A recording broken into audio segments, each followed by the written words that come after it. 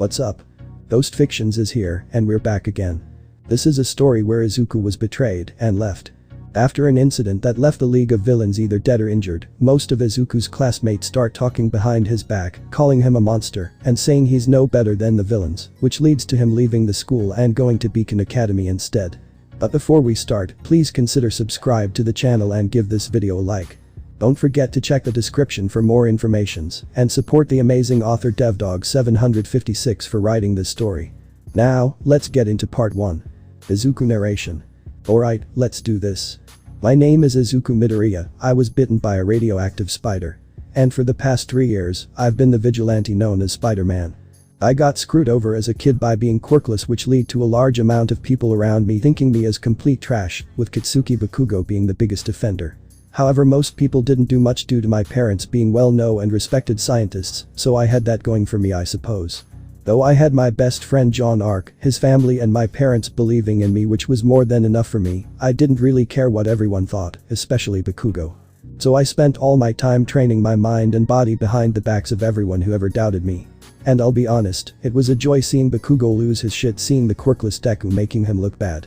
Then things changed when I was 10 years old, when me and John were at my parents' lab one day, when I was bitten by a spider that my parents were using for their experiments, leading to me feeling awful. However, the next day, I felt better than I had ever felt before in my life, as I saw I was in good shape. Well, good shape for a 10-year anyway. Then I quickly found out that I gained powers that resembled a spider, which my parents were definitely surprised, but they were happy I had powers now, and I could become a hero. I was happy too, not doubt about that. However, I took a different approach. I realized how flawed the heroes really are, and how many of them only cared about all the glory and nothing else, and I made a promise to never become like that. I spent the next 4 years getting a good grasp on my powers until the time I turned 14, when I started off as Spider-Man. And to say I made an impact as Spider-Man was an understatement. People actually felt safe with me around, and they appreciated the fact I wasn't sticking around for the glory. Of course, there were people who didn't like me one bit, but I just ignored them all. Then one day, I was approached by Nezu with a chance to attend UA, which I took a moment to consider before agreeing to it, mostly due to the face that would get the whole illegal heroics crap off my back. Of course, Bakugo wasn't happy to learn I was in UA, but was pissed to learn I was Spider-Man, while the rest of our classmates were surprised to being classmates with Spider-Man. Also, All Might trusted me with his quirk One for All, knowing that I am more than capable of handling it, and due to my true heroic nature, after training for it, of course. And honestly, training to get a good grasp on One for All was a bit of a hassle, since in All Might's own admission, he's not the best teacher in the world, and he didn't have to train to get used to One for All, since he was able to use it at 100% from the get-go. Though All Might did pitch in some suggestions to help, and with that, my quick thinking and help from All Might's mentor Gran Torino, I got a good handle on One for All, and even made up a new technique, Full Cowl. Then one day, we investigated some meteorite that landed outside the city when I found some odd black ooze, which I thought was nothing. Which I quickly realized I couldn't be more wrong, as the ooze started expanding around me, forming a black suit. I was understandably very shocked and surprised, which was increased when I heard someone talking to me, as I quickly realized the suit was actually a sentient being, named Venom. Venom then gave me a brief rundown on who and what he is, being an alien symbiote from another planet. And after some thinking, I agreed to bond with Venom. And let's just say I quickly felt the improvements. I was stronger and fast than before with Venom, though I made the choice not to always rely on him as a crutch all the time, only using Venom at night and when I absolutely need more strength. Plus, wearing a black suit in broad daylight isn't too useful, since you're just sticking out like a sore thumb. Anyway, things went off good until the summer training camp, where we got ambushed by the League of Villains, though it wasn't too bad due to quick thinking on my part, like how I managed to save Ragdoll from get jumped and possibly kidnapped. Though I was mostly occupied beating the brakes off one of the League members, Muscular. And it was extremely satisfying hearing him beg for his life after all the lives he's taken, as I kept on beating him down, and I considered killing him, but I decided that all the physical and mental trauma I inflicted onto him was more than enough, seeing he was no longer a threat, as I saw Mandalay's nephew Kota looking at me with fear. I told the kid to run, but he didn't listen to me, so that was his fault. Besides, he's just an immature kid taking his anger out on everyone else because his parents died saving not just him, but countless other innocent people, and just sees his only remaining family as selfish for being a hero. After that, the League eventually left, though Bakugo's Dumbus got kidnapped, and after recovering I decided to go and save him, against my better judgment, as I had a private talk with Aizawa, which he said he knew that I was going to go save Bakugo, and that nothing could make me change my mind, basically giving me the green light. I did debate on leaving it to the heroes, but I made my mind up the moment I heard from Izawa that Mount Lady was going to be involved for whatever fucking reason. That dumb blonde won't know subtlety if it kicked her in the ass, and the fact she's the walking definition of property damage just baffled my mind to why she was considered over midnight who could render the league unconscious, but I digress. After some convincing, I went out to recuse the ungrateful Pomeranian with the help of Yaoi Rozu, Todoroki, Kirishima and Iida, though after Iida and I had a little argument about our decision, with hits being traded and me making an uncalled for jab at his brother, but that's beside the point. After some time, we managed to find the league's hideout before the pros did as I had a plan in mind: get in, grab Bakugo and get out, simple as that.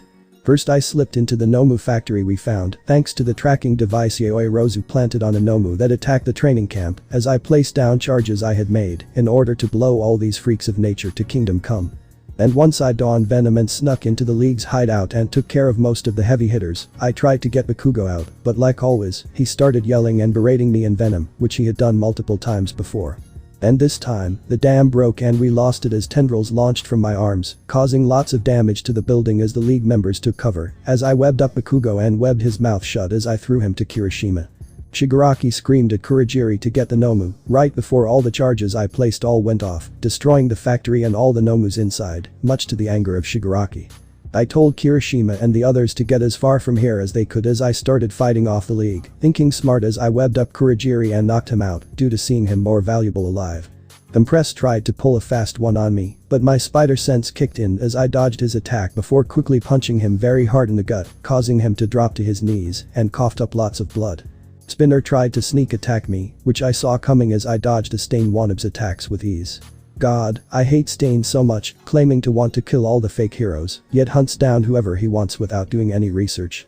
I then yanked his sword out of his hand, destroyed it right in front of him, before using the two pieces to stab him in the leg, causing him to scream in pain before I threw him over my shoulder and onto the ground.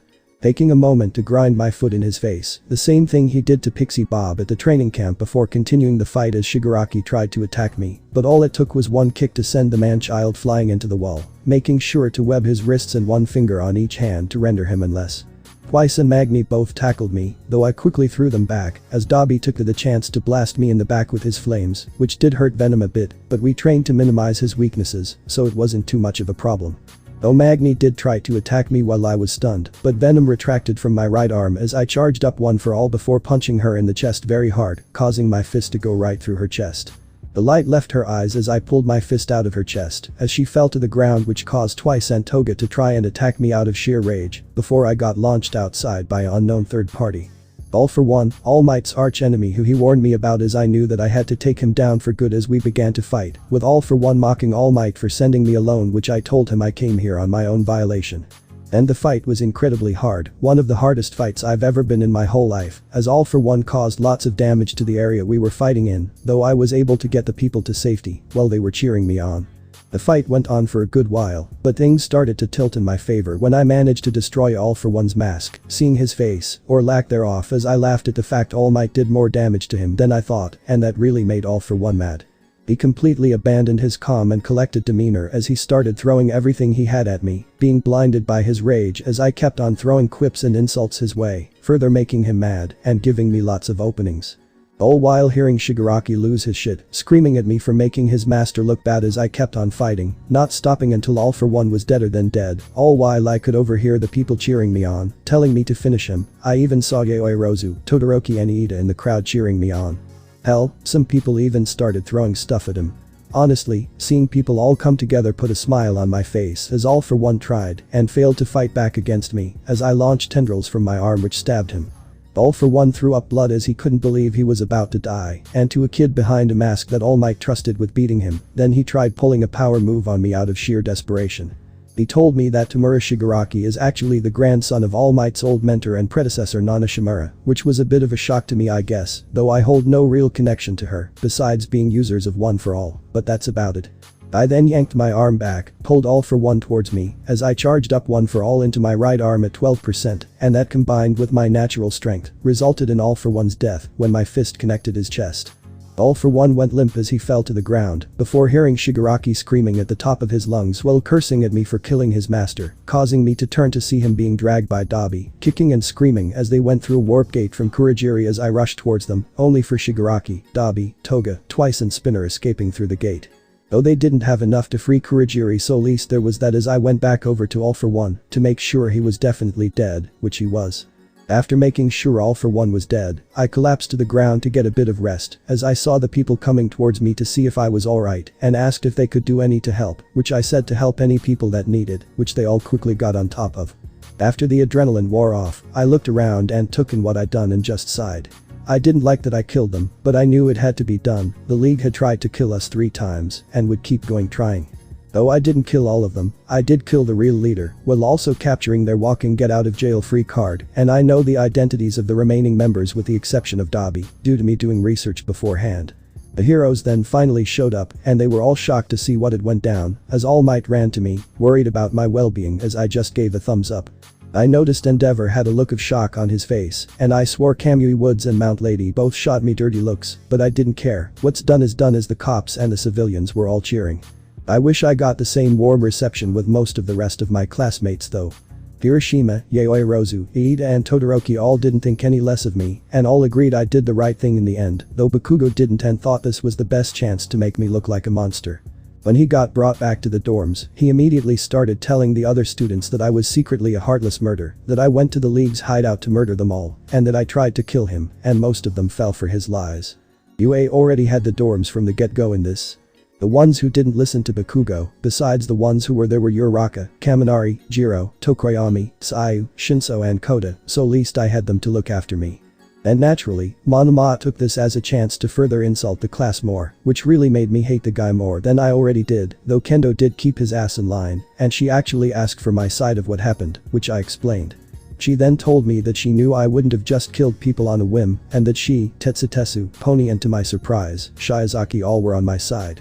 Though, after 2 weeks of endless torment and name-calling, I finally had enough as I went to Nezu and the teachers and told them I was leaving the school, not wanting to work with people who immediately turned on me without even hearing me out first. And to my surprise, Iida, Kirishima, Todoroki, Yayoi Rozu, Jiro, Uraraka and Kaminari came in right when I did, and all said they wanted to leave too, for the same reasons as me, to which Nezu understood our choices. Though Nezu said something that piqued our interests, that he's friends with the headmaster of Beacon, and he saw this outcome coming, and he arranged for us to be transferred to Beacon so we can continue our education. I definitely wasn't complaining since John attends Beacon, so that was an immediate agreement on my end, as the others agreed too, though before I left I gave them a button they can press whenever they need my help. A few days later, we arrived at Beacon, and Uraraka was rendered speechless from how massive the school was. Even Yayoi Rozu was stunned as we met Professor Osborne. After a little chat with the professor, we took part in Beacon's initiation to demonstrate our skills, even though he was already confident in our abilities. And we all knocked it out of the park, if I do say so myself, as I was on a team with Kirishima, Kaminari and Todoroki, while Yayoi Rozu was on a team with Jiro, Uraraka and Iida. Izuku narration end. Izuku, Kirishima, Denki and Shoto were in their dorm room, getting settled in as they placed some of their things around. Man, this is way bigger than the dorms back at UA. Denki said in amazement at the size of the dorms at Beacon. Makes sense, they're meant to hold 4 people. Though the beds are taking up a lot of space. Kirishima noted as the 4 looked at their beds. Yeah, they are. Oh, how about we turn them into makeshift bunk beds? Denki suggested, giddy at the idea of having bunk beds. I mean, we could do that, but it'd be really unsafe. Shoto noted, knowing it'd be very difficult to keep the beds together without falling. Why not have Midoriya web the beds together? Denki asked as Izuku looked at him. Kaminari, my webs only last for an hour, remember? Izuku said as Denki felt dumb and held his head down in shame as Kirishima patted him on the back. Let's hold off on the bunk bed thing until we get our hands on proper tools so we can sleep without worrying about the beds falling. Izuku said as he turned to see his best friend John in the doorway. What the hell, man, had I knew you'd be one of the new students, I would have thrown a party. John joked as Izuku just chuckled and walked to his best friend partner and hugged him. Figured it'd be better as a surprise. Guys, this is my best friend John Ark. John, that's Ijiro Kirishima, Denki Kaminari and Shoto Todoroki. Izuku introduced the boys to each other as John shook hands with him. So, they in the know about, you know? John asked as Izuku gave him a nod, while the 3 boys were confused to what John meant before seeing John stick to the ceiling just like Izuku. What the hell? Denki said in shock before the boys all quickly realized what was up. Wait, that means that you're… Kirishima was about to continue his sentence before John cut him off. Yep, you guys are looking at the Scarlet Spider, John said with confidence as Izuku placed his arm on his shoulder. Spider bros, back together again, Izuku said with a big old smile. Oh, hell yeah, John said as the two Spider-Men fist bump when they saw a blonde girl walk into their room. Oh, sup Yang, John said as he and Yang fist bumped. Sup VB, so this the best friend you never stop talking about? Yang asked while keeping direct eye contact with Izuku. Yep, told he was a handsome bastard, John said with a chuckle as Izuku just looked at him with a deadpan look. Really dude?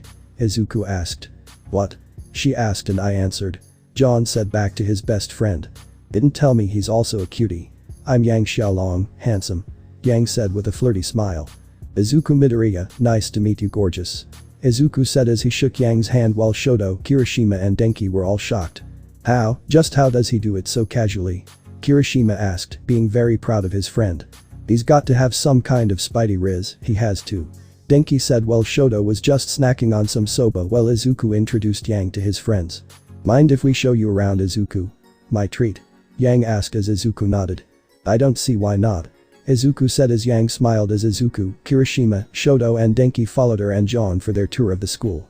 Oh, I can already tell this is going to be very interesting, Izuku thought to himself as he kept his eyes on the beautiful blonde bombshell known as Yang Xiaolong.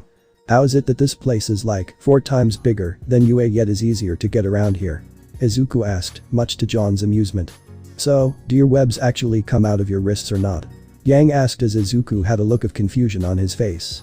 Did you not ask John that? He doesn't exactly kept his web shooters hidden, which I keep telling him to make a more sleek and compact design, Izuku said while shooting John a not subtle look.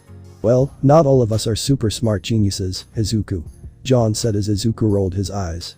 Dude, we've taken apart our web shooters and put them back together multiple times, Izuku said back as he turned back to look at Yang. Well, I thought about asking, but I didn't want to come off as insensitive if they do, Yang said, being completely honest. Well, to answer your question Yang, our webs are not organic. They are a specialized fluid me and John created, Izuku explained as he showed Yang a vial of the web fluid.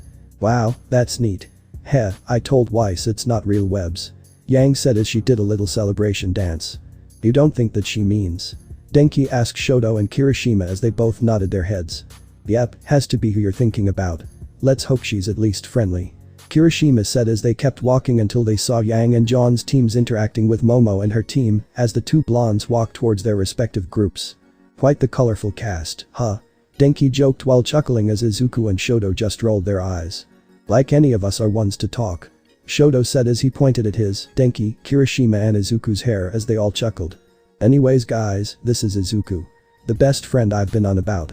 Izuku, these are my teammates Nora Valkyr, Lai Ren and Pura Nikos, and those are Yang's teammates Ruby Rose, Waishni and Blake Belladonna. John said as Izuku introduced himself before his team introduced themselves to teams Rubai and JNPR, before John gave Izuku a nod before letting them know that he's Spider-Man, much to their shock and surprise. No way, I can't believe this, we're classmates with the amazing Spider-Man, Ruby yelled in joy of being classmates with Spider-Man. Well, I wouldn't call myself amazing, Izuku said sheepishly while rubbing the back of his head. I know sis. Also Weiss, you owe me money, their webbing is not organic, he told me it's a specialized fluid, Yang said with a smug smile as Weiss rolled her eyes and handed her money. Wait, you two bet on if our webbing was organic or not? John asked as Yang put her newly required money into her wallet. Yep, Weiss insisted your webs were organic while I made the right choice thinking they weren't, Yang said as Weiss just rolled her eyes. Well, excuse me for thinking the webs were just another part of their powers, Weiss said while pouting as Izuku and John just chuckled. Hey, don't sweat it. It's a common mistake that people make even though again, John keeps his web shooters right out in the open, Izuku said as John just rolled his eyes. Izuku, if I wanted to get nagged at, I'd do something very stupid and let my mom know about it. Oh, that can be arranged in a few minutes, Izuku said as he and John looked each other in the eyes before they started laughing, while Izuku and Blake made eye contact with each other as he just smiled while Blake was thinking of something to say. So, you and John have the same powers, right? Ren asked as Izuku and John looked at each other before looking back at the others. We have the same base powers, though we have some unique abilities, Izuku explained. Izuku can generate electric blasts, well I've got retractable talons at the end of my fingers. John explained as Izuku showed his electricity while John's talons came out. How come we haven't seen you use them before, John? Purah asked as John retracted his talons. I usually like sticking to my fists to fight, plus I didn't think it'd be too necessary using them on the Grim. John said to Purah while rubbing the back of his head. Plus, during training for UA, I developed a stockpiling quirk. Izuku explained as he demonstrated one for Alta Team Rubai and JNPR as they were all surprised. Suppose that extra strength comes in handy. Why said as Izuku just nodded his head in response. Definitely, especially during that fight with that League of Rejects a few weeks ago. Yang said as Izuku had an uneasy look on his face, which his team and Momo's noticed. You all saw that, huh? Izuku asked while holding his left arm. Kind of hard not to, it was literally everywhere. You really kicked their sorry asses. Nora said in glee as John looked at her with a look that told her to knock it off. Yeah, that wasn't exactly one of our finest moments. Izuku admitted. Well, if it's any consolation, we all think you did the right thing and… Wait, you said our… Ruby asked in confusion as Momo, Kyoka, Achako and Iida all looked at each other. You all aren't easily freaked out, are you? Iida asked, furthering to the confusion as Venom's head popped out from Izuku's shoulder. Hello. Venom said as Team Rubai and JNPR were all speechless and shocked as Nora fell over backwards before Purah helped her up. Bren, I think our pancakes were spiked with LSD. Nora said to the target of her not the subtle affection while rubbing her eyes. I'm seeing this too Nora, it's not just you. Purah said while not knowing how to react to the situation. Izuku, who and what is that? John asked, having a lot of questions for his best friend. Oh, this is Venom. He's an alien symbiote I met during UA. Izuku explained as he gave Venom a chocolate bar, which Venom quickly ate. An actual, full-on alien from space? Ren asked, still in absolute shock. Well where else would aliens be from? Izuku joked before Venom fully engulfed Izuku's body, minus his face, and turned into Izuku's black suit. So, your black suit has been an alien the whole time? That's so cool. Ruby exclaimed in joy as Venom retracted as Izuku just chuckled. Well, Venom's glad to hear that. Izuku said with a smile. Yeah, it still feels weird even after getting used to the fact Midori is bonded with an alien. Iida admitted while readjusting his glasses. Hey, if it helps it helps. Plus, I have a friend to talk to anytime if needed. Izuku said while chuckling as he looked over to Blake. Blake right, mind if I talk to you in private for a second? Izuku asked which surprised Blake. Yes sure. Blake said as the two went somewhere private as Izuku made sure no one was around to overhear them. So, seems like you took my advice. Izuku said as Blake was surprised to hear what he said. You remember me? Blake asked as Izuku nodded. I never forget a lady. Besides, bows aren't that big and faintly move on their own. Izuku said as Blake felt embarrassed. Though, why are you hiding the fact you're a Faunus, if you don't mind me asking? Izuku asked as Blake looked at the ground before looking back at Izuku. It's complicated. I just wanted people to see who am I, not what I am. Blake explained as Izuku kept eye contact with her. I see. Still, good to see you saw the flaws in what you were doing. Izuku said as he placed his hand on Blake's shoulder. Actually, I wasn't the only one who took your advice to heart. Blake said, which took Izuku by surprise. You weren't? Izuku asked as Blake nodded her head. Spider-Man saving the life of the White Fang's leader was a large topic of conversation, and your words led to a divide. Blake explained as the young green-haired boy was surprised. You're kidding. A few people I understand, but causing a split. There's no way my words were that impactful. Izuku said as Blake shook her head. You'd be surprised, you made half of the White Fang, including the High Leader realize that we were going about things the wrong way, though sadly they didn't reach everyone. Blake said with a hint of sadness in her voice as her bow very faintly moved. Can't win them all I guess. And if it means anything, I promise to help you and your team with anything you need. Izuku said as Blake looked at him with a look of surprise. You really mean that? Blake asked as Izuku quickly nodded his head. Of course, it's part of the spider oath. Izuku said as Blake giggled a bit. You and John have an oath? Yang asked as Izuku and Blake turned to see her standing around the corner. Yep, along with a secret handshake, a password, phrases, trigger words etc. You might think it's goofy, which I will admit it is, but it helps in more ways than you'd think. Also Yang, how long were you standing there for? Izuku asked as he wondered why Yang was standing there. Just got here, we were wondering if you two snuck off or something. Yang said as Izuku rubbed the back of his head while Blake felt a bit jealous for whatever reason. So Izuku, have anything planned for later? Yang asked as she walked up to Izuku and placed her hand against the wall. As of right now, nope. Why do you ask? Izuku asked while looking at the beautiful blonde bombshell. I was wonder if you'd like to hang out later, just you and me. Yang asked while very subtly licking her lips while looking at Izuku. Sure, that'd be fun. Izuku said as Yang smiled before they headed back to the others as Izuku noticed Momo handing John a piece of paper as he put it in his pocket. Much obliged. John said as he gave Momo a nod as Izuku, Yang and Blake sat down with him. What's with the piece of paper, John? Izuku asked as John just chuckled and waved it off. Nothing to worry about, Izuku. John said as Izuku slightly raised an eyebrow before brushing it off. Alright, if you say so, man. Izuku said as Yang moved closer to Izuku. I've said this multiple times before, but bitches love Spider-Man. John said to himself and silently chuckled to himself, seeing Izuku and Yang talking. So, must being fun, swinging around the city with those webs of yours. Yang said as she placed her head on her hand. Yeah, it is honestly. And a bit scary too, but our spider sense helps me and John swing around. Izuku said. It's that weird alarm signal thing John brought up, right? Ren asked as the two Spider-Men nodded. Yep, though we both don't really know what the limits of it are. What we know for sure is that it lets us know whenever danger is close by, and that's about all we know. John explained as Purah moved closer to John. So John, are you doing anything this weekend? Purah asked while John took a second to think. Well, I was planning on hanging out with Izuku since we haven't in a while. Why? John asked as Purah looked down for a brief moment before looking back at John. Oh, no reason, I was just curious is all. Purah said as John then excused himself from the others as he walked off as Izuku just shook his head. I swear, you are a dense bitch.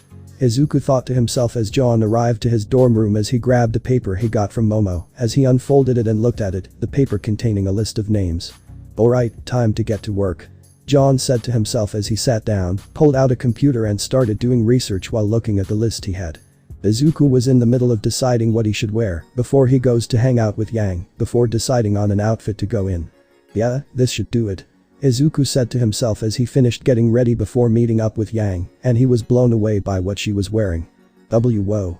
Was all Izuku said as he walked over to Yang as she turned around and smiled at him. Took you long enough, cutie. Yang said as Izuku just chuckled. Sorry about that, saw a black cat on the way here so I took the long way. Izuku joked as Yang giggled at his joke. No, but seriously, I normally don't think too much about what I wear, since I'll normally have to switch into my suit. Izuku explained as Yang got up before they walked out of the school to hang out. Yikes, that must be a real pain in the ass. Yang said, imaging all the hassle Izuku goes through to change, but then slightly blushed at the idea of seeing Izuku shirtless. You have no idea. That's one reason I like using Venom since he can retract on command, and it definitely beats the normal BS I do to change. Izuku said as the two kept walking while getting to know each other as they reached the city. The two quickly got to having fun together upon making it to the city, wasting no time and finding things to do as Izuku definitely appreciated Yang's sense of humor, something he likes in a woman. While they were hanging out, Izuku decided to get himself a new dress suit as he and Yang stopped at a clothing store. After some time of choosing, Izuku finally chose and bought a brand new dress suit as he showed it to Yang. Wow, looking good, stud. Yang said with a flirty smile before Izuku did a very goofy dance, much to Yang's amusement. BTFFFFFFFF, ha, oh my god. Yang bursted out in laughter as she fell onto the floor, while passerbys also couldn't help but laugh at Izuku's shenanigans. Izuku then helped Yang up after finishing his little dance, while she was still in a laughing fit over what she just saw. BTFFFFFFFF, what was with that? Yang asked as her laughter was dying down a bit. Just felt like being goofy, it's part of my charm. Izuku said as Yang's laughter ceased as she readjusted herself. Izuku then changed back into his normal clothes as he and Yang continued hanging out, enjoying every minute of it before coming across a news report about Mirko, which Izuku wasn't too big on seeing as he saw Yang's reaction to it and she wasn't too pleased. Yang? Izuku asked while waving his hand in front of Yang's face, which snapped her back to reality before they continued walking around. What was with that back there? Izuku asked as Yang placed her hands in her pockets. Honestly, I don't like Mirko one bit. Hell, I have no idea how she even became a hero in the first place. She seems to care more about getting a good fight rather than saving people, and… Yang was going to continue ranting before Izuku cut her off. She thinks that teamwork is stupid and for cowards. Izuku asked as Yang looked at him, surprised that she finished her sentence. Yeah. Seems like we have similar thoughts on Mirko. Yang said as Izuku just chuckled. Yeah, it does. John and I actually fought her a few times before we won. Izuku whispered to Yang as she was very shocked to hear that. No way, how did you two manage that? Yang asked as she whispered back to Izuku. Easy, we teamed up against her and used her pride against her. Plus, our spider sense rendered all the stuff she tried to throw at us useless, and she's basically dead weight if you take her legs out of the equation. Izuku said to Yang as she chuckled. That's when she had to deal with you too, she had no legs left to stand on. Yang said while laughing as Izuku couldn't help but laugh at Yang's joke. Oh, that's a good one. Izuku said as he and Yang kept laughing, before leaning onto each other to stay standing up. Oh, it's nice to have another person laughing at my jokes. Yang said with a smile as Izuku smiled back, while rubbing the back of his head. Guessing the other person is John? Izuku asked as Yang nodded her head. Figured, him and I have a similar sense of humor. Izuku said with a chuckle as Yang just smiled, quickly bonding with the green-haired web slinger. Meanwhile, John was in the city, leaning against a wall while on his phone, blending in the crowd when he saw Mina and Toru exit a nearby shop, before trailing them to get a red on them. John walked a good ways behind them where he can overhear what they were talking about, which was mostly about clothes, trends, gossip and them bitching about schoolwork, which was more than enough for John, as he went in a different direction, without them even knowing he was even there. I don't know what I was expecting, and yet I'm still disappointed. John thought to himself as he pulled out a notebook and started writing down notes. Why did I think this was a good idea again? John wondered to himself as he looked over the notes he was writing as he just sighed. The things I do for my best friend.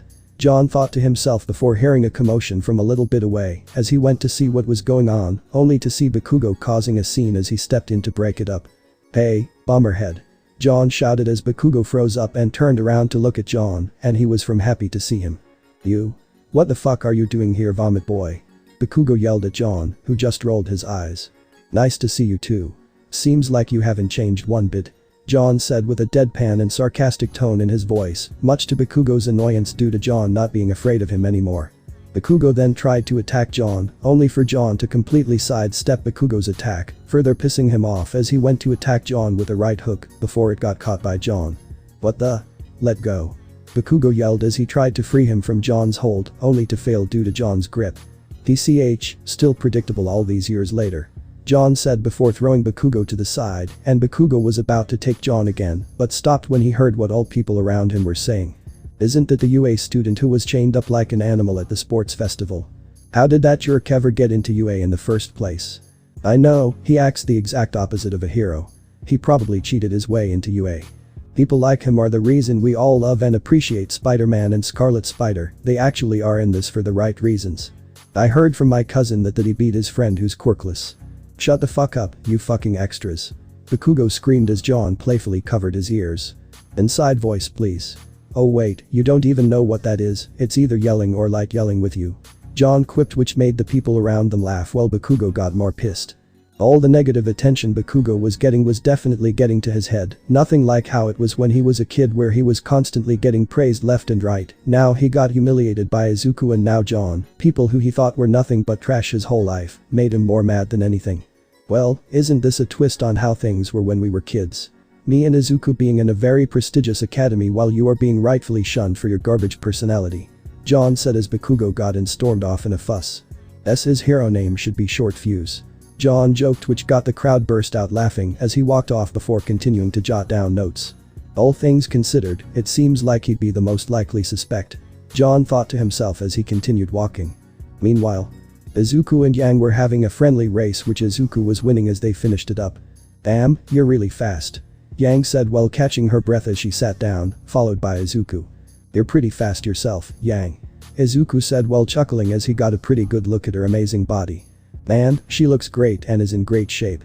Izuku thought to himself while slightly blushing as they got up after a little rest, before walking back to Beacon as Yang's hand was very close to Izuku's hand. Izuku's really nice, kind, cute and handsome. I think I'm going to enjoy this. Yang thought to herself as she moved closer to Izuku as they headed back to Beacon, both wanting to get closer to each other. Izuku and John were relaxing on the roof of the school, both laughing after the three-way food fight between their teams and Team RWBY, while just shooting the shit like best friends tend to do. And people think playing with your food isn't fun. Izuku said as he and John high-fived while making sure they were both clean of any stray pieces of food. Oh yeah, definitely. Gotta give Ruby props for that finisher she pulled, was smart and a heavy hitter. Even though I could have dodged it easily. John said as he and Izuku looked at their hands for a moment. Man, our powers are really busted when we take a moment to think about it. Especially in my case with the quirk and symbiote in the room. Izuku said as he pulled out some chocolate and gave it to Venom, as John yoinked a journal Izuku had in his jacket and looked through it. John saw that Izuku had taken detailed notes of their friend semblances and saw Izuku had some funny remarks written down, like need for speed for Ruby. Shadow clone jutsu for Blake and shock and awe for Nora. John then saw what Izuku wrote about Purr, which definitely piqued his curiosity, even more so when he saw Izuku had written potentially the most dangerous woman on the planet, much to his confusion. What's this all about, Izuku? John asked as he pointed at Izuku's note on Purr. Think about the implication, John. Where does the limits of Purr's semblance end? Izuku asked as John had a look of sudden realization on his face, picking up on what Izuku meant. Oh yeah, had a little rumble with Torchwick a while ago. John told Izuku, who gave him a thumbs up. Nice. Must have given him a headache and a half. Izuku joked as John couldn't help but laugh. Oh, definitely did that. I heard a ruckus at the docks, so obviously I suited up and went to investigate. And when I got there, I saw Blake and this Franus guy named Sun fighting Torchwick and some White Fang goons before I jumped in and quickly turned the tides. Then Ruby and this weird girl, pretty sure Ruby said her name was Penny, got involved and things went from 2 to 100 really damn fast, and I mean really fast. Though Torch managed to get away again and then Sun asked me for an autograph. John explained as Izuku just looked at his friend with a look of shock. Damn, that sounds like fun. Would have loved to been there to kick some ass. Izuku said as John just chuckled as they stood up before having a bro hug. And I gotta say, the ladies here are simply awesome. Izuku said as he could see Team RWBY from where they were, making John smirk. Slow down there, lover boy. We don't want a legion of girls fighting over you. Again. John said as he and Izuku shivered at the thought of unpleasant memories from their past. Don't remind me, John. Besides, just enjoying the view, that's all. Izuku said as he was looking at Yang, which just made John chuckle at his partner. However, they then noticed a fleet heading towards Beacon as the two web slingers did a double take, making sure they weren't seeing things. Oh shit. Meanwhile, Roman Torchwick was in the middle of getting chewed out by his associate Cinder, Mercury and Emerald for not taking care of certain loose ends sooner, while Roman was get annoyed with the fact that they are just completely ignorant to all the precautions he's been taking to ensure things go swimmingly. Look, maybe if I was more aware of what's going on here, I'd be able to plan my next robberies more efficiently. My hands are already tied in multiple directions, trying not to get catched by Spider-Man and Scarlet Spider. Roman said with lots of annoyance as Mercury just scoffed at what he just said. Oh, who would have thought Roman Torchwick is scared of two guys in red and blue spandex? What's the big deal with those loud-mouthed wall crawlers anyway? Mercury said as Roman just shot him a glare. I'll tell you the big deal, punk. You have any idea how many of my jobs those two have ruined? Too damn many, countless hours of planning gone right down the toilet. Plus, doesn't help that Scarlet Spider was at the docks a while ago, and especially with that fancy black suit Spider-Man has. Roman explained before handing Mercury a newspaper about Spider-Man's massacre of All for One and most of the League of Villains, complete with a picture of Spider-Man with his fist inside All for One's chest. Not only that, they are more than willing to kill if there are no other options. So tell me, punk, still don't take them seriously? Roman asked as Cinder, Mercury and Emerald all felt a huge sense of dread seeing Spider-Man in his black suit, covered in blood. The Mr. Potato-looking headass was over 200 years old and was said to have who knows how many quirks, and he was nowhere close to being a match for a very pissed-off Spider-Man. And trust me, you do not want to piss off either of them. They will hunt you down and will not stop until they find you. Roman said to the trio as Cinder attempted to mask her fear, with a mixed amount of success. Well, doesn't matter anyway. We're done with Dust. Have the White Fang clear out the building, I'll send you details and coordinates tonight. Cinder said as she, Mercury and Emerald all left the building as Roman just rolled his eyes. I swear, no loyalty. How do they expect me to work with them when I barely even know what their plan is?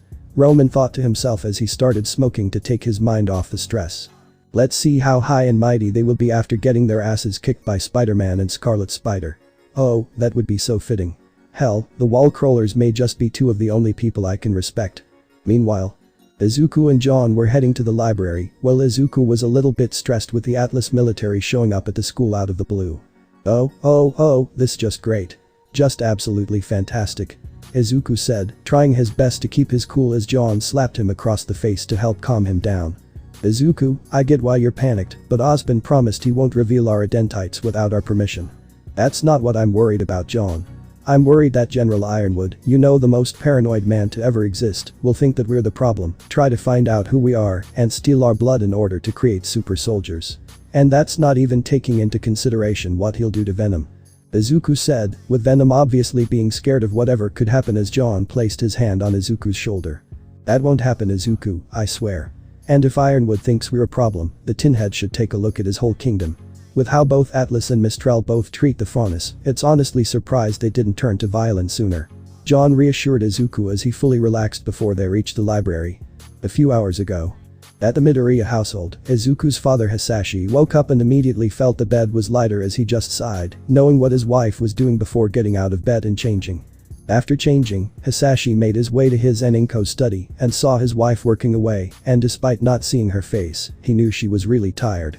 "Inko, you pulled an all-nighter again," Hisashi said as he walked up to Inko and grabbed a chair before sitting beside her. "Relax, honey, just working on some old projects," Inko said, even though both she and Hisashi both knew that was a lie before Hisashi turned Inko around to face him, seeing Inko had bags under her eyes. "This is about the whole mess with Izuku leaving UA, isn't it?" Hisashi asked, knowing better than anyone that Inko has a habit of overworking herself in order to get her mind off of things she doesn't want to think about. "Honestly, Hisashi, I saw something like this coming a mile away. Especially with how those kids who backstab our baby were all fine with Kitsuki, despite his constant threats and insults. And here I thought Kitsuki couldn't stoop any lower, it's a miracle he hasn't been expelled." Inko ranted as Hisashi held her hand, wanting to help keep her cool. "And the worst part is, I don't know if I can even look Mitsuki and Masaru in the eyes anymore. Hell, I can't even tell if they were genuinely ignorant to what their little shit stain was doing to Izuku, or if they never really cared about Izuku in the first place. They never even bothered asking us why Izuku stopped visiting them," Inko said before she bursted into tears, promoting Hisashi to hug her while rubbing her back. "Inko, we both know they both care about Izuku, but if I'm honestly at this rate, I don't think they should be anywhere near him anymore. Like you said, they didn't think to ask why Izuku stopped visiting them, nor have they done anything about Kitsuki's extremely obvious anger issues and superiority complex. Hell, Mitsuki basically encourages him to act the way he does without even realizing it, and Masaru just sits on his ass and does nothing," Hisashi said, trying his best not to join Inko in crying, but some tears managed to slip through. "It's like what June said about them, with Mitsuki's anger issue and Masaru being the biggest pushover in the history of pushovers, it's not even close to being a surprise why Kitsuki ended up the way he is," Hisashi said as Inko's tears stopped, but her eyes were still a bit watery. "You're right, Hisashi. We should cut our losses and cut contact with them, for now anyway. I don't want to look at either of them and risk doing some I might regret," Inko said as Hisashi wiped her tears away and kissed her on the cheek. "You're right, now please get some rest. We both know Izuku wouldn't want you beating yourself up over this," Hisashi said with his hands on Inko's shoulders before she smiled and headed off to bed to get some rest, before Hisashi noticed he had a call and saw it was Mitsuki as he quickly ignored it, sticking to his words. Present time. Izuku and John were both writing down ideas to upgrade their web shooters, while Shoto was reading manga, Denki and Kirishima were studying, along with Ren, while Nora was sleeping. Izuku took multiple glances at Team Rubai, who were playing a board game which Yang was currently dominating, also noticing the looks Izuku was giving them, and gave a look of her own. "If I play my cards right, I think I can get into Izuku's heart in record time," Yang thought to herself and smiled before continuing to clean her friends and Ruby's clocks, before being interrupted by a third party. "Salutations." The sudden voice made Kirishima panic and jumped into Denki's arms out of shock. "Oh, hey Penny," Ruby said with a smile as Team RWBY and JNPR turned to see who the voice belonged to. "What are you doing right now, Ruby?" Penny asked as she titled her head in confusion. "Playing a board game, which Yang has to be cheating," Weiss said in frustration as Yang just stuck her tongue out at Weiss. "Hey, don't hate the player, hate the game, Weiss cream," Yang said as Penny then noticed Team Eads and focused on them. "I don't think I've met those four," Penny said as she pointed at Izuku and his team before John stood up. "Oh, they transferred from UA Penny, that's my best friend Izuku Midoriya," John said as Penny's eyes lit up as she shook Izuku's hand. "You're the sensational best friend John's been talking about. Pleased to meet you," Penny said with lots of enthusiasm as to Izuku's surprise, his spider sense went off. "My spider sense is going off. That can't be right, she seems like the farthest thing from a threat. Strange," Izuku thought to himself as his and Penny's handshake wrapped up. "Nice to meet you, Penny," Izuku said as he motioned to his team. "I'm Ijiro Kirishima. Denki Kaminari. Did you fall on your head a time or two as a child?" Shoto asked as Denki and Kirishima both elbowed the dual-haired boy and shot him a not cool look. I'm Shoto Todoroki. Shoto said as Izuku just face-palmed at Shoto's lack of awareness of most social cues due to his shitty upbringing. I really need to give Endeavor an atomic wedgie for what he did to Shoto. Izuku thought to himself as they then noticed Sun Wukong walking towards him along with some dude with blue hair. Sup guys? Oh, hey Sun. Ruby said as Shoto, Denki and Kirishima all looked confused why Sun's shirt was open. It's not that hot today, is it? Shoto asked as Denki and Kirishima both shook their heads before checking the temperature. Ruby, Blake, Yang. Ice Queen. Why does everyone keep calling me that? Weiss said as she pouted and crossed her arms. I think that's a good name, Weiss. True, you'll have to do some work to get people to come around, but I'm sure you can pull it off. Izuku said as Weiss was speechless at Izuku's words before smiling at him. Thank you Izuku, that means a lot to me. Weiss said as Yang felt slightly jealous out of nowhere as Sun looked at Izuku. Don't think we've met, Sun Wukong. Izuku Midoriya just transferred from UA. Izuku said as he and the monkey boy shook hands before Izuku introduced his team to Sunday. Have we met before? You look kind of familiar. Sun inquired as Izuku just chuckled and laughed the comment off. I just have one of those faces, you know. Izuku said as he saw Penny very close to his face.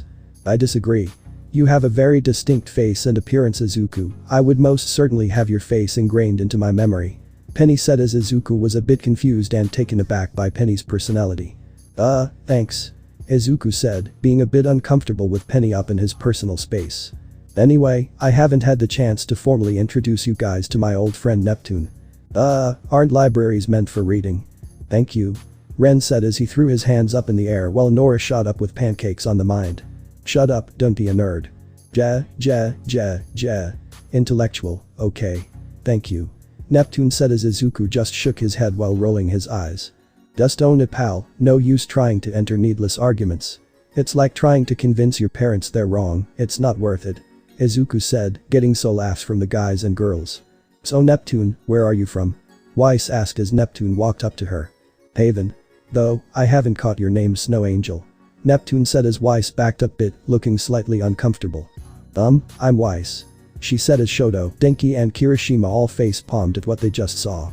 Okay, there's smooth, not smooth, and then there's whatever the hell that was. Kirishima remarked. And I thought I had crappy luck with women. Denki said, feeling a whole lot better about his self-confidence. I think we found the champion of fumble right there fellas. Shoto said as Sun slapped Neptune over the head. Sorry about him. Apparently he never got past the always have girls on the brain stage of puberty. Sun said as he sat beside Shoto, Denki and Kirishima as he pulled something from his pocket. Check this out, I got an autograph from the Scarlet Spider. Isn't that awesome? Sun said with enthusiasm, completely unaware of the fact the Scarlet Spider is currently in the same room as him. Hell yeah it is. That guy is awesome, cool and manly. Kirishima said as he shot John a subtle look. I don't get what's so cool about a guy running around in red and blue tights. Neptune remarked as Izuku just laughed. Kind of rich coming from you, MR red jacket and blue hair. Like come on, was your barber stoned out of their mind last time you got your hair cut? Izuku asked which got the others laughing. Hey, I'll have you know I cut my own hair. Neptune said as Izuku kept on laughing. Haha, that explains a lot. And are those just normal goggles on your head? I've seen high-tech specs before and that definitely ain't a chief. Izuku said as they kept on laughing, Weiss especially. He has a point dude, you do look dumb. Sun quipped as Neptune held his head down. Fuck with one Spider-Man, you fuck with us both. John thought to himself as Penny got up in Shoto's face. What happened to your face? It is a birthmark. Penny asked as Shoto backed up a bit. No, it's not. It's not. Is it a scar then? It looks really cool. Penny said before continuing to ask Shoto questions he wasn't comfortable answering as he got up and left. Did I say something wrong? Penny asked feeling sad. Not really, let's just say his scar is a sore sport and leave it at that. How come I'm the one carrying all this crap to our room? You're more ripped than all three of us combined. Kirishima asked as he was carrying some things to the dorms while Izuku, Denki and Shoto were walking behind him. It's simple really. In our little team of pure-hearted heroes with nothing to lose, I'm the smart, brave and intelligent leader, Kaminari's the lovable goof who's smarter than he thinks, Todoroki is the quiet and aloof one who tries and fails to understand most social cues. Izuku said as Shoto had an offended look on his face, yet he knew Izuku had a point in his observation. So by default, that leaves you as the muscle. Izuku said as Kirishima opened the door while still holding the things in his arms. We walk any farther and I might end up being the torn muscle. Kirishima said before they headed into their room as he placed the things he was carrying down. Remind me to give Ruby her board game when we're finished with this. Izuku said as he pulled some tools out from the box, as the four boys started working on turning their beds into proper and safe bunk beds, which they managed to finish in just under an hour. That was easier than I thought it'd be, especially for the first time. Denki said as Izuku placed up 2 ladders against the bunk beds. Bibs on the top bunks. Denki and Kirishima said in unison as Izuku just chuckled as they settled down for the day. It is so refreshing to not want to rip my ears off during classes. Denki said as all quickly that the lack of Bakuho was definitely a major improvement. Though it does suck we have to put up with a more tamed version of that mutt, what's his name again? Isn't it cardboard or something? Kirishima said as Izuku couldn't help laughing at his remark. Seems like there's at least always one asshole who thinks they are better than everyone else. Izuku complained as he laid down on his bunk. Least everyone here can clearly see the cardboard is a complete asshole. How most of our old classmates couldn't see Bakugo was an asshole and a borderline villain is beyond me, even I saw it right off the bat. Denki said as the others just shrugged their shoulders.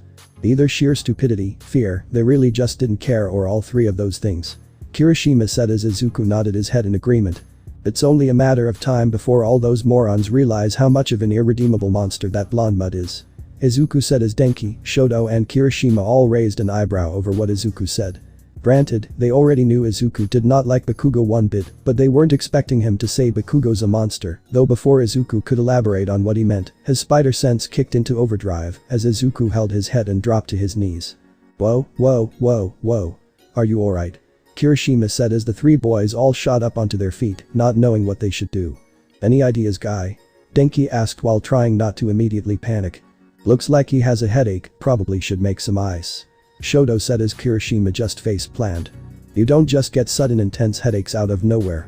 Kirishima said as they saw Denki fanning Izuku with his hands. Dude, what are you doing? Shoto asked, confused to what he was looking at. What else do it look like? I'm fanning him. Denki said as he kept fanning Izuku. Bro, what is this, Sandlet? How's that going to help whatever is happening? Kirishima asked. I don't see you guys coming up with any other ideas.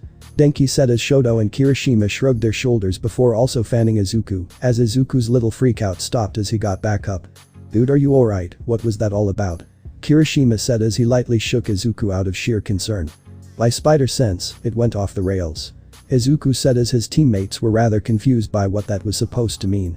Their spider sense went off the rails. What the hell is that supposed to mean? Shoto asked as Izuku sat down while holding his head. Whenever spider sense goes off, me and John feel a tingle in the back of our skulls, and the tingle's intensity increases depending on the threat we're being warned about. Izuku explained as the 3 were shocked to learn about this. Has it ever gone crazy like that before? Kirishima asked as Izuku stood up. Only once, when John and I dealt with a fauna serial killer a year and a half ago. Izuku said as he grabbed Ruby's board game and went to return it to her as he headed towards Team Ruby's dorm, catching a glimpse of Cinder, Mercury and Emerald a little ways away walking away from Ruby before the little Rose nearly ran into Izuku. Oh, sorry about that, Izuku. Ruby said as she rubbed the back of her head with a sheepish look on her face before Izuku gave Ruby her board game, which made the girl smile as she took it back. Oh, thank you, Izuku. You really saved me the trip, even with my semblance and all. Ruby said as Izuku just smiled at her. Ah, don't mention it, Ruby. Just doing the right thing, that's all. Izuku said as Ruby faintly blushed seeing Izuku's smile. By the way, who were those 3 I saw you talking to not too long ago? Izuku asked as Ruby's blush faded as she looked Izuku in the eye. Oh, they're upperclassmen from Haven. Ruby explained as Izuku didn't feel at ease, having a feeling those Ruby had talked to had something to do with his spider sense going off the rails before suddenly finding himself being dragged by Ruby to her team's dorm. Whoa, what's the big idea, Ruby? Izuku asked as Ruby knocked on JNPR's door, as John answered much to Ruby's delight as she dragged the 2 web slingers into her room, quickly followed by Izuku and John's teammates. Yo, what's going on here, Ruby? John asked as Ruby explained her and her team's plans to Izuku, John and the others. So, let's see if I got this right. You girls want to go a bit rogue and go after Torchwick and the White Fang because you think they are planning something massive and you think me and John will be good fits for this little escapade due to our experience and skills. Did I miss anything? Izuku asked as Team Ruby shook their heads no.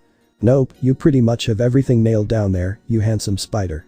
Yang said as Izuku chuckled at Yang's compliment before looking at John for a moment before looking back at Team Ruby. We're in. John and Izuku both said as the four girls were taken aback by their sudden response as the two looked back at their teammates. You guys in too? John asked as they took a moment to think before coming to their decision. What the hell, why not? Shoto said as Denki and Kirishima both nodded their heads on agreement. Another chance to take on criminals as a team and friends, sign me the hell up. Kirishima said with lots of enthusiasm. And this time, no Bakugo to scream our ears off.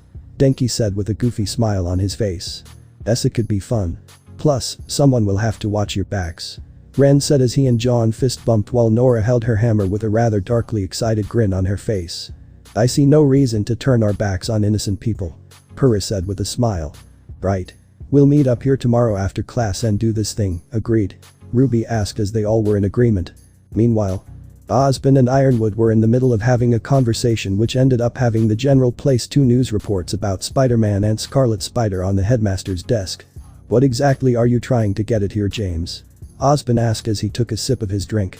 Oz, I don't think you really understand how dangerous these two are. Remember, Spider-Man single-handedly killed trained and experienced villains. Ironwood said as Osborn couldn't help but chuckle at what he just heard. Calling the League of Villains trained and experienced as being incredibly generous, James. All they truly are nothing but hypocrites who think they are justified causing pain and suffering upon others because they were wronged them, and All for One was nothing more than a lonely and pitiful excuse of a man. Osborn said, being very harsh and honest in his assessment of the League of Villains, and All for One in particular. That's beside the point, Spider-Man and Scarlet Spider in the grand scheme of things are special. In just 3 years, those two have done much more than most fully trained pro-heroes, huntsmen and huntresses have done in recent years. Ironwood stated as Osborn raised an eyebrow at what the Tin Man had said. Yes, I'll admit that is quite the impressive feat, but what is your point? Osborn asked, having some idea of what Ironwood was getting at, but wasn't exactly liking where it was going. Well, just imagine the medical advancements that could be with their blood, or even. Ironwood said, but before he could continue explaining his point, Osborn shot up from his seat. If you're trying to insist on weaponsing their blood in order to create super soldiers, you can forget about it, James. It is their responsibility to use their powers for the good of others, and I'm sure they would feel repulsed by the possibility of someone gaining their powers who ends up using it for their own selfish desires. Osborn sternly said before regaining his usual demeanor and sitting back down. Osborn, I don't want to take their blood from them by force. I genuinely want to use it to further benefit all life on the planet. Ironwood elaborated, not wanting Osborn to think he would go as low as Jacques Schnee. You could have all the good intentions in the world, but even then I highly doubt they'd give samples of their blood over to Atlas of all kingdoms. Osborn said calmly, fully being aware of the fact Izuku and John were both rather hang up their masks than ever help Atlas. That's a bit harsh. I will admit Atlas has more than its fair share of issues, but corruption, greed, discrimination, slavery abuse, mistreatment of workers, need I go on, James? Osborn asked as Ironwood just sighed, knowing that Osborn had a point. I suggest you get your own kingdom in order before things go to hell, instead worrying about 2 good-hearted people you don't even know. Osborn said, stopping the conversation before it could continue much to the headmaster's joy, not wanting to enter another useless debate about Spider-Man and Scarlet Spider hiding behind masks, mostly due to Osborn's intense dislike of the HPSC. Osborn has been incredibly vocal about the HPSC for a good amount of time, especially due to not seeming to fix their issue of being understaffed, grooming people into becoming weapons and their intense corruption, especially after the mess with Lady Nagant killing the previous president due to her declining mental health. Though Osborn managed to interfere in using his position on Vale's council to take matters into his own hands, which included get Nagant a lot of much-needed therapy, and due to this act, Nagant became indebted to Osborn for helping her and told him everything the HPSC put her through, which more or less strengthened Osborn's case, but due to some unforeseen circumstances, he had to keep that on the back burner until recently. And due to the death of All for One, the HPSC had no excuse to hide behind to excuse their actions, much to Osborn's delight, as the door to his office opened as the 2 men saw who entered. Could you give us a minute, James? Osborn asked as Ironwood nodded his head and left the office. Not like you to come suddenly unannounced, kinda. Something wrong? Osborn asked the purple-eyed sniper who had an uneasy look on her face. Professor, I looked into what Crow said, and it's 100% confirmed. Kinda said as Osborn got up from his chair and leaned against the window. Damn it, it seems like we have no choice but to move ahead of schedule. Osborn said gloomy as he readjusted his glasses. Are you sure that's a good idea, sir? With the Tile Festival coming up, is rushing ahead the best course of action? All things considered, kinda, we might not have much of a choice. But we shouldn't have to worry, I have faith in Spider-Man and Scarlet Spider. Finally, I thought that class was going to last forever. Blake said as all three teams were in Team Rubai's dorm room after changing outfits. That old fossil really likes to hear himself talk. I swear, Port would be extremely easy to beat if he were evil, just wait until he starts talking, then go for the takedown. John remarked as he finished priming his web shooters before covering them with his sleeves. It's always when they start monologuing, you'd think bad guys would be smart enough to realize that going on about their entire plan when they aren't in a position of victory is a very bad idea. Oh well, makes it easier for us. Izuku said as he got a good look at the outfits Yang and Weiss were wearing. Man, you two look great. Izuku said, making the blonde brawler just smile, while Weiss had a faint blush on her face before smiling at Izuku's compliment. Alrighty everyone, today's the day. Ruby said with lots of excitement as she got down from her bunk while John and Izuku were just looking at their bunk beds. Quick question, what are we looking at exactly? Izuku asked as he pointed at the very unsafe bunk beds that Team Rubai had put together. Our bunk beds, what else would they be? Blake asked as Izuku, Shoto, Denki and Kirishima all looked at each with deadpan looks. Did you girls happen to binge Jackass or something before putting that together, because those are extremely not safe? Denki said while in absolute shock that the beds haven't caved in yet. Oh, Iida would definitely have a panic attack if he saw this. Kirishima said, being incredibly honest with the girls. Well, in our defense, we didn't have much to work with. That and we haven't done something like that before. Ruby admitted with a sheepish look on her face. Well, no worries since we just put our bunk beds together properly and we still have supplies left so we can fix up your bed after this. Izuku said with a smile as Ruby hugged and thanked Izuku for his offer, causing some jealous within Yang, Blake and Weiss before Ruby got back on track. Anyway, we all remember our assigned roles, right? Ruby asked as everyone present all nodded their heads. You and I are heading to the CCT to check the Schnee records for any other dust robberies and inconsistencies. Hopefully it should go off without a hitch, seeing as I'm in the family. Weiss said as Ruby simply nodded. The White Fang hold regular faction meetings to hand out orders and find new recruits. I should be able to find out what they're planning if I can get in. Blake said as she looked at John and Ren. I'll be watching in the rafters in case things go south really fast while Ren will be on the ground. John said before placing his hand on Ren's shoulder. My semblance allows me to turn invisible in and others when they are in close proximity to me, as well as masking negative emotions, so I should be able to sneak Blake inside without any issue. Ren said calmly before Nora shot up in excitement. While me, Purrit, Pichu, Rocky and Freezy Flame will be nearby as the backup in case things go to shit. Nora said as Denki, Shoto and Kirishima all looked at each while processing Nora's nicknames for them before just rolling with it. I know a guy on the shady side of town that usually knows everything going on in Vale. Getting information out of him won't be too difficult and I'll have Izuku to keep me company. Yang said as she winked at Izuku, making Izuku chuckled and winked back at her. Right, we'll all meet up tonight near Yang and go over everything we find. Let's do this. Ruby said as Izuku and John handed the others communicators to make communicating much easier as they split into their assigned groups, while Yang led Izuku to where she had her motorcycle. Whoa, sweet ride. Izuku said as Yang put on her helmet before the two got on her bike. Sorry I don't have a helmet for you to wear, don't really have many people ride with me other than Ruby. And I doubt her helmet would fit you. Yang said as she started up her motorcycle. Hey, don't worry about me, I've been hit by a lot over the years, so I know my pain tolerance well. Besides, my spider sense should help avoiding any accidents.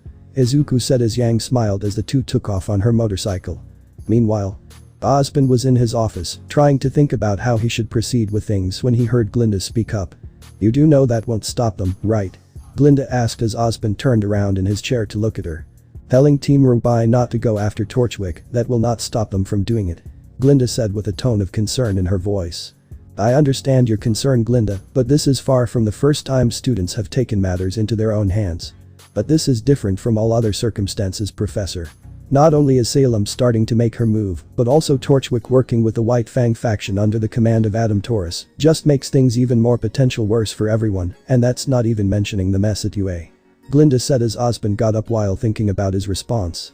We just need to have faith in our students, Glinda, especially in Izuku and John. I have no doubts those two will be a positive influence on their peers. Besides, no disrespect to Nezu, but it seems like he's dropped the ball with several of his new students. Osmond said as he led Glinda to his desk before pulling up files on several UA students. I found information on Katsuki Bakugo, the student that was chained up during the sports festival ceremony, and look at this, intense anger issues, a massive inferiority and superiority complex, an ego bigger than the size of the planet, refuses to think ahead and adapt, an absolute refusal to work with each others, and a need to always yell and attempt to assault others. It's honestly a miracle he hasn't been expelled yet.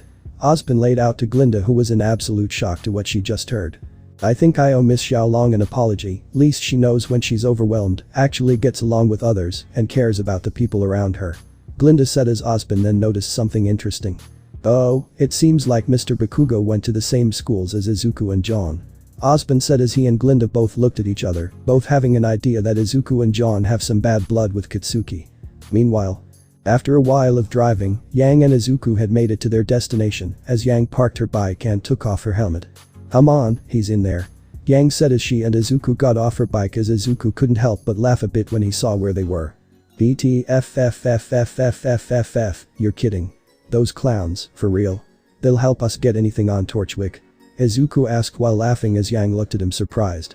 You've been here before? The blonde brawler asked, to which Izuku answered her question with a head nod. Me and John have found ourselves here looking for info a good many times. And by looking, I might actually mean just stand there very menacingly and wait for them to tell us what we want to know. Izuku explained as Yang resisted the urge to laugh while Izuku checked to see the coast was clear before quickly going into an alleyway to don Venom before heading back over to Yang. Never hurts to be careful. Izuku remarked as they went to head inside, only to have a scene be caused as they were trying to be kept out of the bar. You'd think they'd realize by now that nothing can withstand my punches. Izuku quipped as he and Yang both punched the door open before walking in. That's who's back. Yang said with a smile as the henchmen all went to get their guns out, only to stop upon seeing Spider-Man right beside her. Have you bozos really forgotten that guns are more or less useless against me? Izuku quipped as the bar's owner Jr. walked through the crowd and immediately froze up seeing both Yang and Spider-Man. Blondie, you're here, with Spider-Man. Why? You still owe me a drink and we need to talk. Yang said as she grabbed Junior's arm and drags him to the bar while Izuku followed her. Man, that woman keeps on surprising me. Meanwhile, Blake, John and the others had arrived at a White Fang faction meeting as Blake was looking around the corner they were hiding behind. We're here. Blake whispered as she looked back at the others. We all remember the plan, right? John asked as they all nodded their heads before he jumped to the rooftops and changed into his scarlet spider suit as Ren and Blake started walking towards the meeting. I don't understand why they think what they're doing is the right thing to do, why bother hiding who they are? Ren asked Blake, wondering why so many of the White Fang members he saw were wearing masks. As a symbol. Humanity wanted to deem us as monsters, so we decided to don the masks of monsters. Blake explained to Ren. Brim masks, that is pretty dark. So was the one who started it.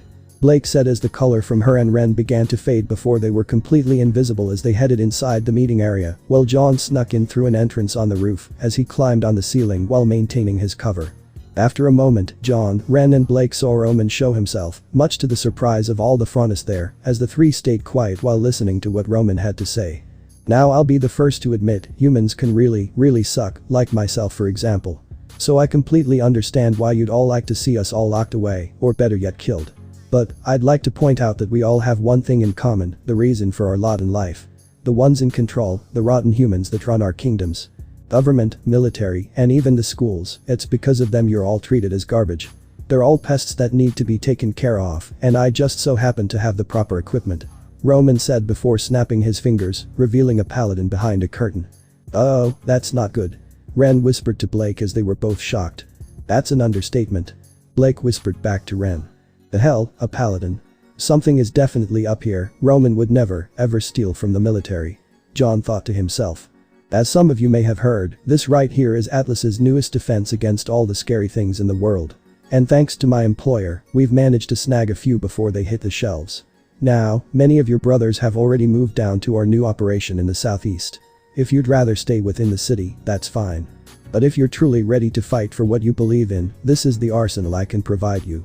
Any questions? Roman asked as the applause was more than enough to answer his question. That explains it, Roman's working for someone. But who could have gotten Roman to do their dirty work? John wondered to himself as someone then walked out, much to John and Blake's shock. Blake, you know who that is? Ren whispered to Blake, taking note of her sudden shock and fear. DT, that's my old mentor Adam Taurus, and the one who's responsible for all the violence being caused by his side of the White Fang. Blake whispered to Ren, trying to remain to keep it together. And soon, my brothers and sisters, we will have the heads of Spider-Man and the Scarlet Spider, along with all those who wronged us. Adam said, which got a dirty look from Roman. Yeah, think again, you loony. Back with Izuku and Yang. So, Roman hired your boys to help him, but he dropped them on short notice. Izuku asked Junior while Yang was finishing her drink. Yes, on very short notice, I might add. Bastard didn't even give me a reason why. Junior explained as Izuku took this information in. That's odd, Roman would never drop hired help out of the blue like that without a valid reason. Izuku thought to himself while trying to think of an answer to this. Honestly, I don't care that I'm not working for him anyway, although it's a pain that I'm not getting that cut of the dust he promised. Hearing that from the older man piqued Izuku and Yang's curiosity. Do you have any idea how much dust he stole? Yang asked, hoping to get some kind of an estimation. A lot, and I mean a lot. Though I have no idea what he'll need all that dust for. Junior explained as Izuku and Yang thanked him for the info, with Izuku joking about how he better not get into trouble as he and Yang got up and started to leave, with Izuku giving a little smile and nod to the Malachite twins before they left. So, what's your angle? Yang asked as Izuku grabbed her by the waist and web sling to a nearby rooftop as his mask retracted. Well, I can say for certain that Roman has to be working for someone. He would never drop hired help out of the blue like that or go back on his word. Though the better question is who could have gotten Roman to work for them. Izuku laid out while Yang was still a bit in shock of suddenly being on a roof. Well, must be someone dangerous if they're able to make Torchwick their errand boy. Yang joked as Izuku continued to think. Though now I wonder what Roman and the White Fang need all that dust for. Maybe to start a black market. Izuku suggested while Yang took a moment to think. Or maybe they're planning on causing a massive explosion somewhere. Yang suggested before the two looked at each other with horrified expressions on their faces. Or maybe they're gathering enough dust to supply an army. Izuku and Yang both said in unison. Well, whatever the reason, it cannot be good. Yang said as their communicators started beeping as they answered it to hear John's voice. John, what's up? Bad news you two, Roman's somehow gotten his hands on a paladin. John said in a hushed tone as Izuku and Yang were both shocked. Those things should still be in the prototype stages. How did Roman get one of them and why? Izuku asked his best friend partner. Why, I have no idea. But Roman mentioned something about an employer. John explained as Yang looked up to Izuku. You called it Izuku. Well, now what do? We can't just let a prototype mech be out in the wild and in the White Fang's hands no less. Yang asked as Izuku and John thought about their next move. Back with John. I have no idea, we can't exactly destroy the thing without getting caught. John said as he was thinking of multiple different ways to proceed. Once all these so-called heroes, huntsmen and huntresses are all out of the way, we will finally have our revolution. Adam shouted out as John, Blake and Ren all had enough as John dropped from the ceiling, shocking everyone there. You. Adam growled upon seeing John while Roman couldn't help but laugh. Now there is a hero who is actually worth a damn. Roman said as John couldn't help but smile under his mask. Aw, you flatter me, Roman. John said as he looked at the pink and brown-haired woman nearby Roman. Missed you at the party at the docks, Neo, what kept you? John asked as Neo wrote down a message on her phone and showed it to John. I was sick with a cold for the past few weeks. Oh. Yeah, catching cold really sucks.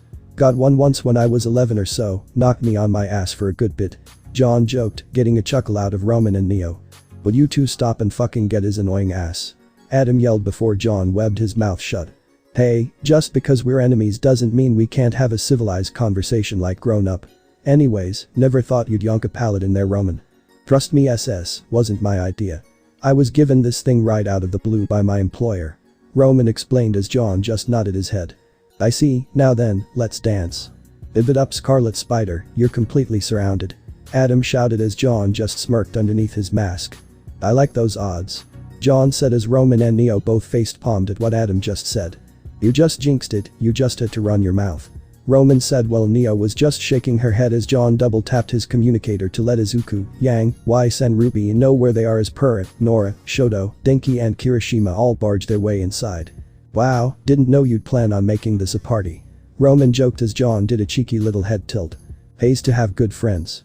John quipped as Ren and Blake reappeared while aiming their weapons at Adam, who immediately locked his eyes on Blake. Hello, my darling. The room completely fell silent as John and the others were looking at Blake in confusion and concern, while Roman looked at Adam. Yeah, I'm going to need context here, a lot of context. Roman asked, hoping to God this isn't going where he thought it was before looking at Neo to see the message she wrote. Probably would still be better than Twilight. Neo, it doesn't take that much effort to be a better experience than Twilight. Roman remarked. Blake, were you and him? Purah asked, still in shock to what they just heard Adam say as Blake quickly shook her head. It's complicated, I thought what Adam was doing was beat for everyone, before I realized the truth.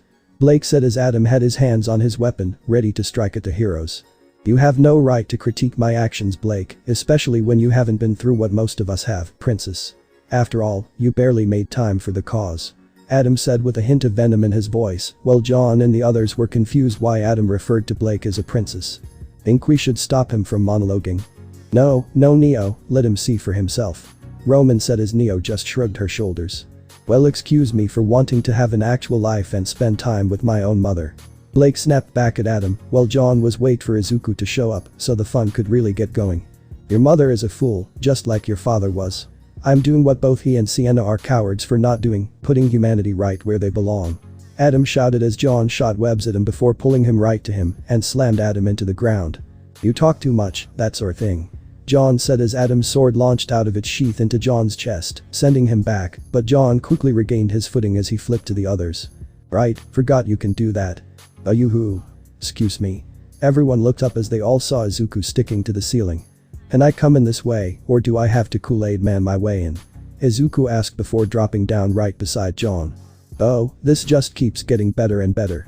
Roman remarked as Neo waved at Izuku, who just saluted back, while Adam was glaring at Izuku right before Yang punched a hole into the wall, showing Ruby and Weiss were beside her. Well, that's one way to make an entrance. Ruby said as the three walked in while getting their weapons ready, as all the frontists present were all glaring at Weiss. Let's kick some ass, people. Izuku shouted. Izuku used his venom blast on Nora, who used her semblance to channel the lightning through her, before slamming her hammer into the ground, causing a good amount of the White Fang members to all trip up, as John shot webs at two of them before swinging them around. Hope you guys don't have serious motion sickness. John quipped before slamming them into the ground as he flipped into the air, landing on a dear frontiss's shoulder before jumping off and knocking her over. Izuku and Blake were both fighting together as Blake used her semblance to make multiple clones of herself to trip up and confuse their opponents, as Izuku used their confusion to their advantage, while multiple White Fang members started dropping like flies. I figured they'd try a bit harder to fight me off. Izuku remarked, which got a chuckle from Blake as Izuku knocked out one White Fang member who tried sneaking up on him. Nice try. Izuku quipped as Blake fired a few bullets at a few goons behind Izuku, while they saw Purah's shield bouncing off multiple White Fang goons, thanks to Purah using her semblance. Denki and Kirishima were fighting off loads of goons alongside Weiss, as Kirishima quickly made some makeshift cover out of a nearby shelf and some crates as they ducked behind the cover. Damn, these guys really want you dead. Denki said to Weiss as Kirishima peeped over the cover before Denki blasted some electricity at several goons. Well, when your father is a bigot who does whatever he wants and is willing to do whatever to make more money, it's kind of expected. Weiss said as she shot some ice balls at their attackers before getting back behind cover. Reminds me of Bakugo, just minus the money and way more violent. Kirishima remarked as he saw Nora with her arms out toward several goons, making them confused before Nora spoke. Nora time. Nora said as she spun around with her hammer, getting a good amount of goons down for the count, while Ren and Yang were putting their hand-to-hand skills to good use, while Ruby used her semblance to move around and getting in quick attacks with crescent rows. Man, she's got quick moves. Izuku said as he shot a web at a goon that tried sneaking up on Blake, before continuing to kick ass and take names. You think we should help? Roman asked while looking at Neo, who was shaking her head no. Yeah, figured that. Let karma bite them in the ass. Roman said as Adam jumped into the fight and tried to attack Weiss, only for Izuku to jump in front of him. Not so fast, hornhead. Izuku said before kicking Adam into the wall as he struggled to get back up. I can't wait to stain that black suit of yours red. Adam said while grabbing his sword while Izuku faked being scared. I can just feel the edge in the air. Izuku joked as Adam started attacking Izuku, slashing at him with his blade only for Izuku to keep dodging each strike Adam tried landing on him, while Adam blocked each punch Izuku threw at him using his blade. You're not really good at forward planning, are you? Izuku asked as Adam tried to stab him in the leg, only for Izuku to sweep his legs, which caused Adam to fall backwards, but he quickly got back up. Shut up, this is the only way to get what is best for all the faunus. Adam shouted as Izuku grabbed his sword, while Adam tried his best to move his blade, only to find himself getting punched in the back by Yang. Well, let me ask you this, bullhead, is this really about equality for the faunus, or is this all about you? Yang asked as Adam tried to slash at Yang, though she managed to dodge Adam's attack before Izuku threw him into the wall. Suddenly Izuku and John's spider senses went off as they looked at the roof before looking at the others. Everyone, move. The two said in sync as everyone moved out of the way as a massive leg crashed through the ceiling. What the hell just happened? Weiss asked out of shock as Izuku and John just face-palmed, knowing who it was. Why are you here? John asked as they saw Mount Lady's face look through the hole she just made. The hell are you two lunatics doing here? Mount Lady asked, being disgusted seeing Spider-Man while John clenched his fist. Them? You're the crazy bitch who smashed a hole into the ceiling that could have killed people in here. Yang shouted at the giantess hero as Ren saw Adam getting in the paladin. Eyes, new problem. Ren yelled out as Adam got inside the paladin against what Roman wanted as Mount Lady poked her head inside, only to be met with a rocket to the face, causing her lots of pain as she stumbled backwards. You and your friends are next, Blake. Adam shouted as he fired another rocket at the group, only for Ruby to shoot it with a well-placed shot, causing an explosion that pushed them back, as Adam tore open a hole in the way as he made his way outside, as the kids quickly followed after him. That's it guys. Thanks for watching and supporting us. See you in the next part.